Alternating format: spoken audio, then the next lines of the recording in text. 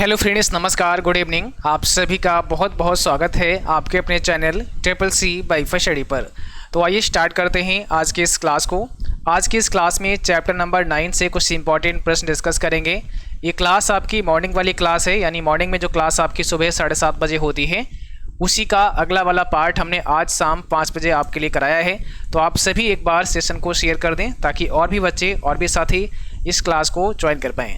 Chapter number 9 आपका है overview of future skills and cyber security. ठीक है, तो आज का सबसे पहला प्रश्न आपके स्क्रीन पर है। इसमें पूछा गया है एन्क्रिप्शन तकनीक एक नेटवर्क डैश को बेहतर बनाती है। यानी एन्क्रिप्शन तकनीक एक नेटवर्क डैश को बेहतर बनाती है।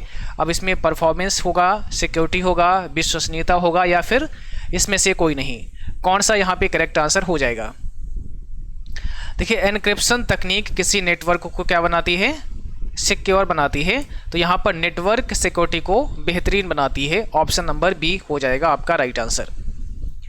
अगला सवाल है किस सुरक्षा विधि का उपयोग निगरानी के लिए किया जाता है कि कौन किस उद्देश्य के लिए डेटा तक पहुँच सकता है। तो किस सुरक्षा विधि का उपयोग निगरानी के लिए किया जाता है? System access control, system design, data access control, और इसमें से कोई नहीं। तो क्या होगा इसमें राइट आंसर? ऑप्शन नंबर यहाँ पर आपका सी हो जाएगा, डेटा एक्सेस कंट्रोल। ठीक है, अगला सवाल है सुरक्षित कंप्यूटिंग का मुख्य लक्ष्य क्या है? सुरक्षित कंप्यूटिंग का मुख्य लक्ष्य आपको बताना है। जो भी साथी क्लास में आ चुके हैं आप सभी एक बार शेयर कर दो ताकि बाकी बच्चे भी इस क्लास को देख पाएँ। और जिन बच्चों ने अभी तक चैनल को सब्सक्राइब नहीं किया है तो आपको सब्सक्राइब करके बेल आइकन भी प्रेस कर लेना है ताकि नोटिफिकेशन भी क्लास के आप सबको समय पर मिलते रहें। क्या पूछा है? सुरक्षित कंप्यूटिंग का मुख्य लक्ष्य क्या है? गोपनीयता, व्यवधान, परिवर्तन, या सभी? तो यहाँ पर हो जाएगा गोपनीयता। ऑप्शन नंबर पहला आपका करेक्ट है। क्वेश्चन नंबर 5 में पूछा गया है IoT का फुल फॉर्म क्या होता है? IoT का पूरा नाम आप सबको बताना है। इसमें करेक्ट आंसर क्या हो जाएगा? तो देखिए, IoT का मतलब होता है इंटरनेट ऑफ थिंग्स, यानी यहाँ पर पहला ही ऑप्शन आपका राइट है। इंटरनेट ऑफ थिंग्स IoT का पूरा नाम होता है, यानी फुल फॉर्म होता है। क्वेश्चन नंबर 6 में आपसे पूछा गया है आर्टिफिशियल इंटेलिजेंस में शामिल है। आर्टिफिशियल इंटेलिजेंस में क्या शामिल है? नॉलेज, प्लानिंग, बोथ, या नन ऑफ दीज? तो यहाँ पर क्या होगा आपका राइट आंसर? सभी को कमेंट बॉक्स में क्वेश्चन नंबर डाल के लिखना है कि इसका ये वाला आंसर है। यहाँ पर आपका सही जवाब ऑप्शन सी हो जाएगा, बोथ A एंड B, यानी उपरोक्त दोनों यहाँ पे करेक्ट हैं। क्वेश्चन नंबर 7 कहता है निम्न में से कौन सुरक्षा प्रदान करने की एक विधि नहीं है? कौन सी सुरक्षा प्रदान करने की एक विधि नहीं है, एक माध्यम नहीं है? System design, data access control, system access control, या फिर इसमें से कोई नहीं? बताइए, which of the following is not a method of providing security? तो यहाँ पर सिस्टम डिजाइन ये आपका सही आंसर हो जाएगा, ऑप्शन नंबर फर्स्ट। अगला सवाल है EDI का पूरा नाम क्या होता है? EDI का आपको फुल फॉर्म बताना है, पूरा नाम बताना है। तो EDI का फुल फॉर्म क्या होगा बताओ? इलेक्ट्रॉनिक डेटा इंटरचेंज हो जाएगा, इलेक्ट्रॉनिक डेटा इंटरचेंज, यानी हमारा यहाँ पर ऑप्शन नंबर पहला करेक्ट हो जाएगा। फर्स्ट ऑप्शन यहाँ पे राइट है, इलेक्ट्रॉनिक डेटा इंटरचेंज। अगला सवाल है इंटरनेट ऑफ थिंग्स में शामिल है। इंटरनेट ऑफ थिंग्स में क्या क्या शामिल है? सॉफ्टवेयर, या फिर सेंसर्स, या फिर वाईफाई टेक्निक, या फिर ऑल ऑफ द अबव, उपरोक्त सभी? तो इंटरनेट ऑफ थिंग्स में क्या क्या शामिल है, इसमें कौन सा आपका करेक्ट आंसर हो जाएगा? जल्दी से आप सबको कमेंट बॉक्स में आंसर लिखना है। यहाँ पे कौन सा आपका राइट आंसर हो जाएगा?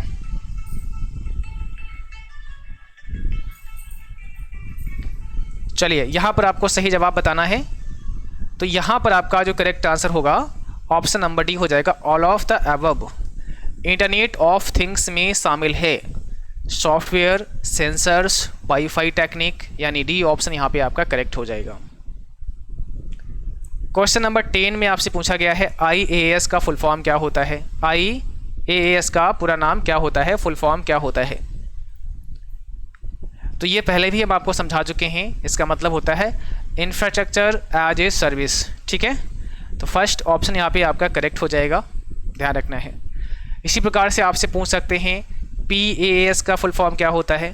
तो प्लेटफॉर्म एज ए सर्विस होता है। ठीक है, यहाँ पे देखो मैंने नोट डाउन कर दिए हैं, क्लाउड कंप्यूटिंग मॉड्यूल, जिसमें IaaS का मतलब infrastructure as a service, SAS का मतलब सॉफ्टवेयर एज ए सर्विस और PaaS का मतलब प्लेटफॉर्म एज ए सर्विस। तो ये आपको ध्यान रखना है। कौन सी सोशल मीडिया इमेज ऑडियो व वीडियो पर क्या होगा यहाँ पे, कौन सी सोशल मीडिया इमेज व वीडियो पर आधारित है? ऐसा पूछा यहाँ पे, कौन सा सोशल मीडिया इमेज व वीडियो पर आधारित है? ठीक है, इमेज व वीडियो पर आधारित है। तो कौन सी ऐसी सोशल मीडिया है जो इमेज व वीडियो पर आधारित है? फेसबुक, इंस्टाग्राम, ट्विटर या फिर नन ऑफ दीज? इसमें कौन सा आपका राइट आंसर हो जाएगा, आप सबको कमेंट बॉक्स में लिखना है। देखिए यहाँ पर आपका सही जवाब हो जाएगा ऑप्शन बी, इंस्टाग्राम। कौन सी है? इंस्टाग्राम है जो इमेज व वीडियो पर बेस्ड है, आधारित है। ठीक है, यानी फेसबुक पर हम टेक्स्ट भी लिख सकते हैं, कुछ लिख सकते हैं, और आपको पता है ट्विटर पर भी हम पोस्ट कर सकते हैं, कुछ टेक्स्ट लिख सकते हैं, बट इंस्टाग्राम जो होता है वो ओनली वीडियो और वीडियो और इमेज पर ही डिपेंड होता है। इस पर हम वीडियो और इमेज को शेयर कर सकते हैं। स्मार्ट फैक्ट्री क्या है? 12 में आपको बताना है स्मार्ट फैक्ट्री क्या है। स्मार्ट फैक्ट्री क्या है? तो यहाँ पर पहला हो जाएगा कारखाने और लॉजिस्टिक सिस्टम जो मानव बातचीत के बिना खुद को संचालित और व्यवस्थित कर सकें। यानी जहाँ पर रोबोटिक सिस्टम है, बड़ा ही स्मार्ट फैक्ट्री की गई है ना, टेक्नोलॉजी में बहुत ज़्यादा जिसमें एडवांसमेंट हो गया है, तो ऐसी फैक्ट्री को स्मार्ट फैक्ट्री कहा जाता है। तो यहाँ पे क्या होगा, पहला ऑप्शन हमारा करेक्ट हो जाएगा। सॉफ्टवेयर प्रोग्राम जो एक ऑपरेटिंग सिस्टम में संभावित सुरक्षा कवच के रूप में जाने जाते हैं। ऐसे सॉफ्टवेयर प्रोग्राम जो एक ऑपरेटिंग सिस्टम में संभावित सुरक्षा कवच के रूप में जाने जाते हैं, उनको आप किस नाम से जानेंगे, किस नाम से उनको हम जानते हैं? Security patches, refresh patches, security breach fixes या सभी? यहाँ पर आपका पहला हो जाएगा सिक्योरिटी पैचेस। पहली AI प्रोग्रामिंग भाषा कौन सी है? फर्स्ट AI यानी आर्टिफिशियल इंटेलिजेंस। तो पहली आर्टिफिशियल इंटेलिजेंस लैंग्वेज कौन सी है? पहली AI प्रोग्रामिंग भाषा कौन सी है? इसका सही जवाब क्या हो जाएगा? अगर हम पहली AI भाषा की बात करें तो ऑप्शन नंबर डी हो जाएगा, लिस्प, जिसे लिस्ट प्रोसेसिंग कहा जाता है, लिस्ट प्रोसेसिंग के नाम से जाना जाता है। अब देखिए इस भाषा को डेवलप किसने किया था? तो जॉन M कार्थी ने इस भाषा को डेवलप किया था। ठीक है, जॉन M कार्थी के द्वारा लिस्प लैंग्वेज को डेवलप किया गया था। और अगर आपसे ये पूछें कि AI का विकास किसने किया, तो जॉन M कार्थी ने AI का विकास किया। AI में कौन सी पहली भाषा यूज हुई? लिस्प, जिसे लिस्ट प्रोसेसिंग कहा जाता है। सवाल है, क्रीपर वायरस को अंततः डैश नामक एक कार्यक्रम द्वारा हटा दिया गया था। एक वायरस था क्रीपर, और उस क्रीपर वायरस को रिमूव किया गया था किसके द्वारा, वो आपसे पूछा है। तो क्रीपर को द बीपर के द्वारा रिमूव किया गया, द रीपर के द्वारा रिमूव किया गया, द सीपर के द्वारा किया गया, या फिर कोई नहीं। तो क्रीपर एक वायरस था और इसको द रीपर वायरस ने क्या किया, एंटीवायरस ने क्या किया, रिमूव किया। तो इसके लिए द रीपर एंटीवायरस तैयार किया गया था। ऑप्शन यहाँ पर आपका बी हो जाएगा। देखिए कुछ हमने नोट डाउन किया है आपके लिए। Creeper was the first computer worm, ये पहला कंप्यूटर बॉर्म था। While Reaper was the first antivirus software, जबकि रीपर क्या था, पहला एंटीवायरस सॉफ्टवेयर था। डिजाइन टू एलिमिनेट क्रीपर, यानी क्रीपर को हटाने के लिए किसको डिजाइन किया गया था? रीपर एंटीवायरस को डिजाइन किया गया था। तो पहला वॉर्म की अगर हम बात करें वो क्रीपर था, और उसको हटाने के लिए रीपर नाम का एंटीवायरस बना, जो कि क्रीपर को डिलीट किया, जिसने क्रीपर को डिलीट किया। ये आपको समझ लेना है। ओके, चलो। इंटरनेट पर सुरक्षित इलेक्ट्रॉनिक डेटा इंटरचेंज ट्रांसमिशन के लिए उपयोग किया जाता है। इंटरनेट पर सुरक्षित इलेक्ट्रॉनिक डेटा इंटरचेंज ट्रांसमिशन के लिए किसका इस्तेमाल किया जाता है? तो यहाँ पर हो जाएगा ऑप्शन सी, SMIME हो जाएगा। अब इसका मतलब होता है secure multipurpose internet mail extension. यह end to end encryption protocol है, इसे मेल क्लाइंट के द्वारा इम्प्लीमेंट किया जाता है। एक फायरवॉल को राउटर में इम्प्लीमेंट किया जा सकता है जो इंटरनेट से जोड़ता है। एक फायरवॉल को राउटर में इम्प्लीमेंट किया जा सकता है जो इंटरनेट से जोड़ता है। बताइए इसका सही आंसर क्या हो जाएगा, करेक्ट आंसर आपका क्या हो जाएगा। तो यहाँ पर आपको ट्रू करना पड़ेगा, ऑप्शन पहला करेक्ट है। अगला सवाल लिखूँ, HTTP, ठीक है, www.xyz.com एक प्रकार की सुरक्षित वेबसाइट है, यह एक सिक्योर वेबसाइट कहलाएगी। तो क्या होगा इसमें करेक्ट आंसर आपका। तो यहाँ पर आपको फॉल्स करना पड़ेगा, क्योंकि देखो भाई HTTP लिखा है केवल, और जब केवल HTTP होता है तो ये सिक्योर नहीं माना जाता है। तो सिक्योर कौन सी होती है, HTTPS जहाँ लिखा होगा तो ये S लग जाएगा, इसी से क्या होगा, सिक्योर मानी जाएगी, है ना। तो यहाँ पे S नहीं लगा है, इसका मतलब ये सिक्योर नहीं है, तो इसको हमें करना है फॉल्स। RPA का पूरा नाम क्या होता है, 24 में आपको बताना है RPA का फुल फॉर्म क्या होता है। देखिए लाइक में बहुत कमी है, अभी लाइक आप सबको करना है, लाइक बहुत कम बच्चे करते हैं। सो प्लीज़ सभी को क्लास को लाइक करना है और अधिक से अधिक आपको शेयर करना है, ताकि बाकी बच्चों का एग्ज़ाम जिनका भी होने वाला है उन तक भी ये क्लास पहुँच पाए। RPA का मतलब क्या होता है, रोबोटिक प्रोसेस ऑटोमेशन। क्या होगा, रोबोटिक प्रोसेस ऑटोमेशन हो जाएगा। ट्रेंड माइक्रो क्या है, आपको बताना है 25 में। ट्रेंड माइक्रो क्या है, प्रोग्राम है, एंटीवायरस सॉफ्टवेयर है, वायरस प्रोग्राम है, या फिर डी मतलब सभी। तो ट्रेंड माइक्रो की यहाँ पे बात की गई है। इसमें सही जवाब सभी को कमेंट बॉक्स में लिखना है, 25 में सही जवाब क्या हो जाएगा।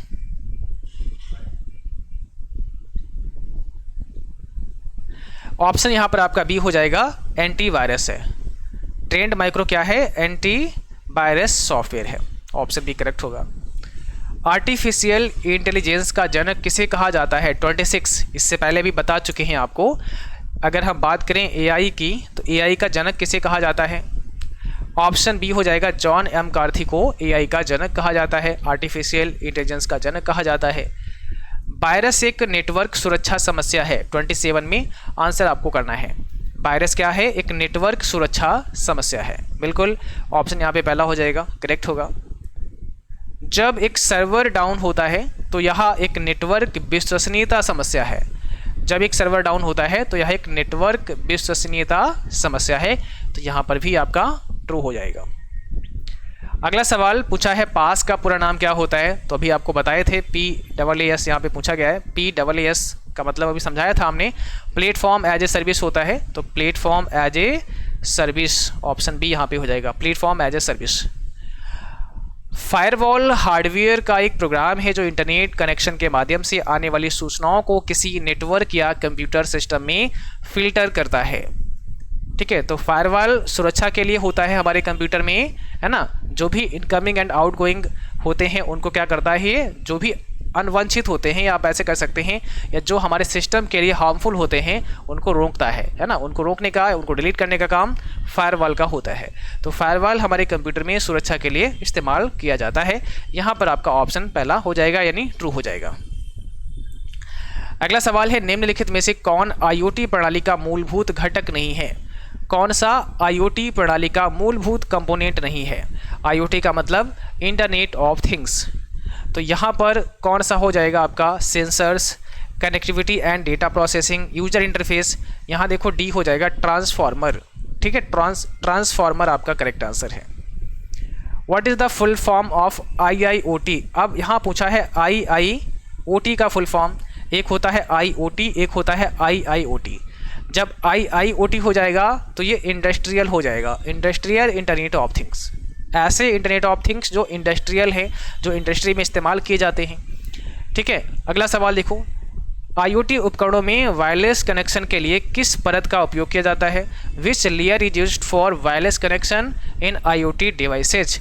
तो IoT डिवाइसेज में वायरलेस कनेक्शन के लिए किस लेयर का इस्तेमाल किया जाता है, इसमें कौन सा आपका करेक्ट आंसर हो जाएगा। यहाँ पर आपका सही जवाब क्या होगा, ऑप्शन नंबर सी हो जाएगा, डेटा लिंक लेयर का इस्तेमाल किया जाता है। कौन सा होगा, सी हो जाएगा, डेटा लिंक लेयर। अब देखिएगा, IoT उपकरणों में भौतिक दुनिया से डेटा कैप्चर करने के लिए निम्न में से किसका उपयोग किया जाता है। भौतिक दुनिया से डेटा को कैप्चर करवाने के लिए किसका इस्तेमाल किया जाता है, बताओ। भौतिक दुनिया से डेटा को कैप्चर करने के लिए सेंसर्स का यूज होता है। सेंसर्स, ऑप्शन नंबर पहला, यानी सेंसर्स काम करते हैं। जो भी भौतिक दुनिया में डेटा है उसको कैप्चर करने के लिए सेंसर्स काम करते हैं, ठीक है ना। तो ऑप्शन यहाँ पर हमारा पहला करेक्ट हो जाएगा। चलिए आज की क्लास बस यहीं पर समाप्त करते हैं। मुलाकात होगी अगली क्लास में, जो कि होगी शाम को 8:30 पर। तो 8:30 पर आप सबके लिए एक मैराथन क्लास आएगी। उस मैराथन क्लास में सभी को हिस्सा लेना है शाम 8:30 बजे। और कल मॉर्निंग में आप सबकी एक रिवीजन क्लास कराएंगे। उस रिवीजन क्लास को करके ही आप सबको एग्ज़ाम देने जाना है। तो आज के लिए बस इतना ही, मिलते हैं अगली क्लास में। तब तक के लिए थैंक यू।